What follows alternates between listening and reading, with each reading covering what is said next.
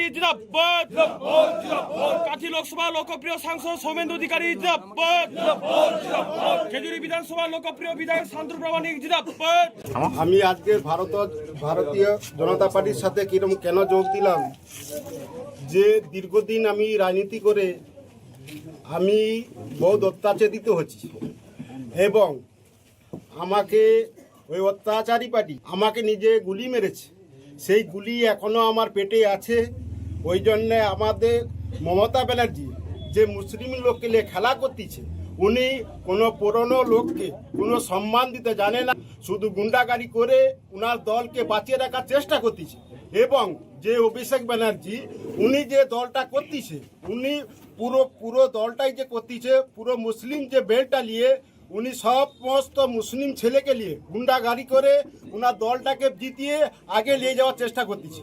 ওই জন্যে আমি এই দলে আজকে যোগ দিলাম শান্তনুবাবুর চেষ্টায়, এবং আমার যে হাসিবুর ভাই আছে ওনার চেষ্টাতে আমি এই ভারতীয় জনতা পার্টির সাথে যোগ দিলাম। কি দেখলেন? ভারতীয় জনতা পার্টি বিজেপিতে এক সংখ্যালঘু যোগ দিচ্ছে। এক নয়, যোগ দিয়েছেন প্রায় 30টি পরিবার।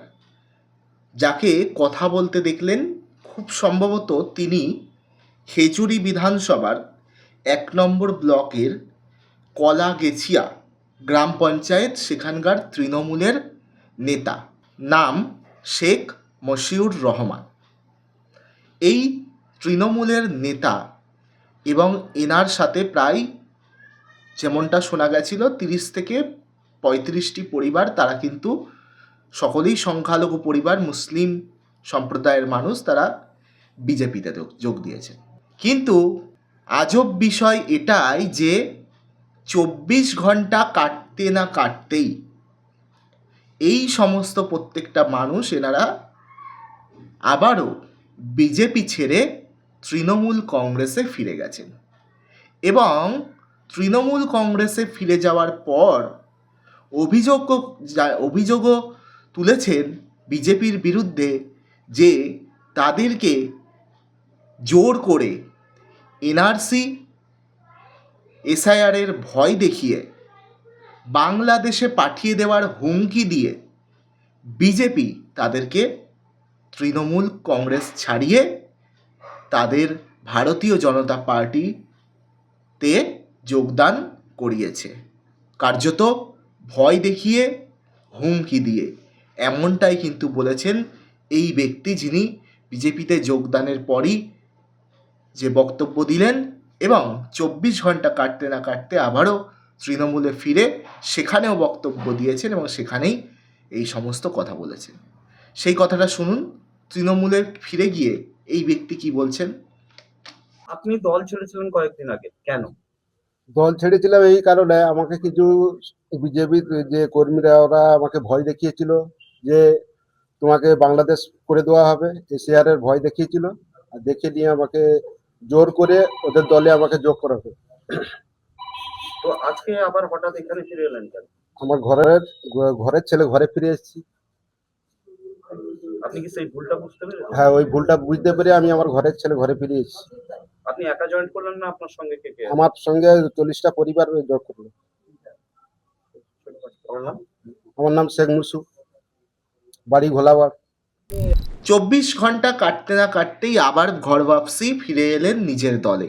বললেন ঘরের ছেলে ঘরে ফিরেছি, নিজের ভুল বুঝতে পেরেছি, ভয় দেখিয়ে আমাকে বিজেপিতে যোগ দেওয়ানো হয়েছিল। সৌমেন্দু অধিকারী এবং খেজুরির বিধায়কের হাত ধরে তৃণমূল কংগ্রেস ছেড়ে বিজেপির ঝান্ডা নিজের হাতে তুলে নিয়েছিল এই সমস্ত ব্যক্তিরা, এই সমস্ত তৃণমূল কংগ্রেসের নেতৃত্ব থেকে কর্মী সমর্থকরা। আর অভিযোগ জানালো যে তাদেরকে ভয় দেখানো হয়েছে। তাহলে এ প্রশ্ন উঠছে, বিজেপি আগামী 2026 নির্বাচনের আগে এইভাবে নিজের দিকে সংখ্যালঘুদের টানার জন্য এইভাবে তাদেরকে ভয় দেখিয়ে তাদেরকে নিজেদের দলে টানবে? একদিকে তো শুভেন্দু অধিকারী বলেন যে তাদের সংখ্যালঘু ভোট চায় না, তাদের মুসলিম ভোট চায় না, তারা হিন্দু ভোটেই জিতবেন। তাহলে কেন এই সমস্ত ব্যক্তিদেরকে ভয় দেখিয়ে দলে টানতে হচ্ছে? এ প্রশ্ন তো উঠবে, এ প্রশ্ন রাজনৈতিক মহলে উঠবেই। আবার আপনারা দেখেছেন শ্রমিক ভট্টাচার্য, রাজ্য সভাপতি, তিনি কি বলেন? এই তো আমার আগের ভিডিওটি দেখলে আপনারা বুঝতে পারবেন। তিনি বারংবার বলেন আমরা মুসলিম ভোট পাই না, আমরা সংখ্যালঘুদের ভোট পাই না, 1%ও পাই না। তারা কেন দেয় না আমাদেরকে বুঝতে হবে, তাদের উন্নয়ন যদি করতে হয় বিজেপিকে ভোট দিতে হবে। এই বিজেপির মধ্যেই যে সংখ্যালঘু ভোট নিয়ে মতভেদ, কখনো বিরোধী দলনেতা একেবারে ঘোষণা করে দিচ্ছেন যে মুসলিম ভোট দরকার নেই, ওদের ভোট লাগবে না, দিন রাত একটা সম্প্রদায়কে আঘাত করছেন। অন্যদিকে আবার আরেকটা নেতা শ্রমিক ভট্টাচার্য, তিনি বলছেন আমাদের মুসলিম ভোট চাই না, আমরা বলিনি। এরকম কথা শ্রমিক ভট্টাচার্যের মুখ থেকে শোনা গেছিল। তিনি দুঃখ প্রকাশ করছেন যে আমরা মুসলিম ভোট পাই না। কেন পাই না বিশ্লেষণ করতে হবে। তাই বলে মুসলিম ভোট পাওয়ার জন্য তৃণমূল কংগ্রেস প্রশ্ন তুলছে যে মুসলিম ভোট পাওয়ার জন্য এইভাবে মুসলিমদের, সংখ্যালঘুদের যোগদান করাতে হবে নিজের দলে। কি হলো এইভাবে যোগদান করিয়ে? 24 ঘন্টাও কাটলো না, তৃণমূল কংগ্রেসে আবার তারা ফিরে গেল। কি হলো এই যোগদানের? এতে তো আরও জেলায় বিজেপির যে ফেস সেটা খারাপ হলো। এই ভিডিওটি নিয়ে, এই প্রতিবেদন নিয়ে আর বেশি বলবো না। আপনাদের এই ভিডিওটি দেখে যদি কিছু বলার থাকে অবশ্যই বলবেন। আর সর্বশেষ আরেকটা কথা বলবো, এই যে এই ভিডিওগুলি নিয়ে কিছু মিডিয়া বিজেপি ঘাসা মিডিয়া, তারা যেভাবে নিউজ করছিলেন ইউটিউব ডিজিটাল প্ল্যাটফর্ম, তারা আপনারা দেখবেন খুব জনপ্রিয় 2-3টে চ্যানেল আছে, তাদের মধ্যে একজন তো খুবই জনপ্রিয়। তিনি এই যে বিজেপিতে যোগদান করেছে এইটা নিয়ে বিস্তর একেবারে 10-15 মিনিট ধরে খুব সুন্দরভাবে পর্যালোচনা করে গেলেন। সংখ্যালঘুরা বুঝছে, সংখ্যালঘুরা বিজেপিকেই ভোট দেবে, তাদেরই বিকল্প মনে করছে। কিন্তু যখন এরা আবার ফিরে গেল, এরা আবার যে অভিযোগটা করলো যে ভয় দেখিয়ে আমাদেরকে যোগদান করে, সেই খবরটা কিন্তু সেই ব্যক্তি, মানে সেই ডিজিটাল মিডিয়া তারা আর তুলে ধরল না। তারা কার্যত নিজেদের নিরপেক্ষ বলে দাবি করে, কিন্তু তারা কতটা নিরপেক্ষ সেটা সাধারণ মানুষ বুঝতে পারে। তারা নিজেদেরকে নিরপেক্ষ, পরিবর্তনকামী বিভিন্ন কথা বলে, কিন্তু কি হলো? যদি সত্যি একটা মিডিয়া নিরপেক্ষ হতো, তাহলে যেমন বিজেপিতে যোগদানের খবরটা তারা একেবারে সুন্দরভাবে গোটা পশ্চিমবঙ্গের মানুষকে জানিয়ে দিয়েছিল, ঠিক সেইভাবে, কারণ তাদের চ্যানেল তো লাখো কোটি মানুষ দেখে পশ্চিমবঙ্গের, তাদের যা সাবস্ক্রাইবার সংখ্যা, তাহলে তারা যখন এই খবরটা পৌঁছে দিল, তখন এই যে যোগদান থেকে আবার 24 ঘন্টার মধ্যে ফিরে এসছে, তারাও বিজেপির বিরুদ্ধে অভিযোগ করেছে, এই সমস্ত কিন্তু তারা আর দেখালো না। এ থেকেই বোঝা যায় তারা কতটা নিরপেক্ষ। এই খবরটাও তো দেখানো উচিত ছিল, যদি নিরপেক্ষ হতো তাহলে এই খবরটাও দেখিয়ে গোটা বাংলার মানুষের কাছে এটাও তুলে ধরা উচিত ছিল যে বিজেপি সংখ্যালঘুদেরকে নিজেদের দলে টানার জন্য কিভাবে, এটা তো তুলে ধরা উচিত ছিল। যাই হোক, তারা নিরপেক্ষ মিডিয়া, তারা তুলে ধরে না এসব, আমরা তুলে ধরি ছোট মিডিয়া।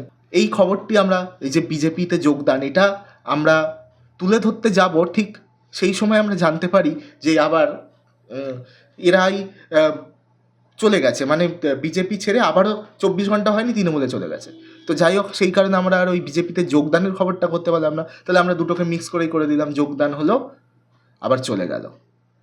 যদি এরা যোগদান নাও করতো, এই খবরটা কিন্তু আসতো আমাদের চ্যানেলে, যেহেতু আমরা নিরপেক্ষভাবে কাজ করি। এই খবরটি আসতো যে বিজেপিতে যোগদান করেছে সংখ্যালঘু পরিবার।